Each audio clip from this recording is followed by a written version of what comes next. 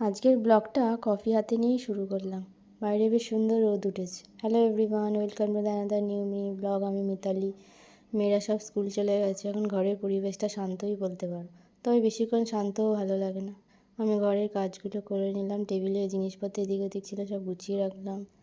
মেয়ের পড়ে বইগুলো এদিক ওদিক রাখে সব, টেবিলটাও গুছালাম, বইপত্র ঠিক করে রাখলাম। লাইটটাও জ্বলছিল, বন্ধ করে দিলাম। টেবিলটা মোটামুটি গোছানো হয়ে গেছে। এগুলো আমার মেয়ের সব স্টোরি বুক।